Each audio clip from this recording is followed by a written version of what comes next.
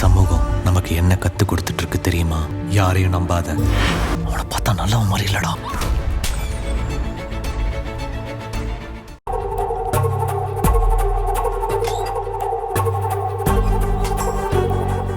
ஆனந்தி வந்துட்டா சாவித்ரி.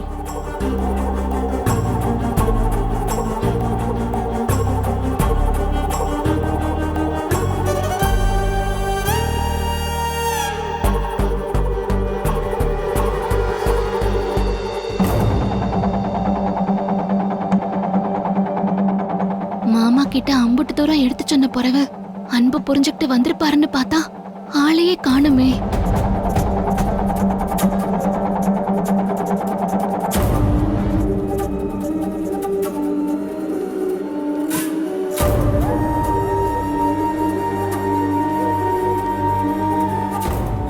ஏய் சௌந்தர்யா, முத்தண்ண இன்னைக்கு வேலைக்கு வந்திருக்கிறாரா? தெரியாது.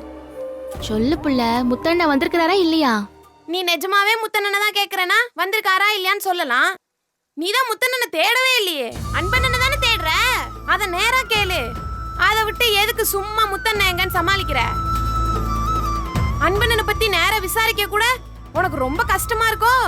இந்தாரு, நான் முத்தண்ண எங்க இருந்தேன் கேட்டேன். அவரை பத்தி விசாரிக்க ஒண்ணும் நான் முத்தண்ணனை தேடல. உனக்கு என்ன இப்போ? முத்தண்ணன் ஏன் வரலன்னு தானே தெரியணும். சொல்றேன் கேட்டுக்கோ. அவருக்கும் ஜெயந்தி அக்காவுக்கும் கல்யாணம் நடந்திருக்கு. 7 வருஷம் காதல்ல. என்னதான் ஜெயந்தி அக்கா முதல்ல கல்யாணத்துக்கு வேணான்னு சொன்னாலும் காதலிச்சு கல்யாணம் பண்ணிருக்காங்க. அதனால அன்பு பாசம் இதெல்லாம் உங்களுக்குள்ள இருக்கும்ல. அதனால 2 பேரும் கல்யாண வாழ்க்கைய சந்தோஷமா வாழ்ந்துட்டு இருக்காங்க. அன்பண்ண மாதிரி ஒருத்தர் கிடைச்சும் வாழ மாட்டேன்னு உன்ன மாதிரி முட்டாள்தனமா பிடிவாத ஒண்ணு பிடிச்சிட்டு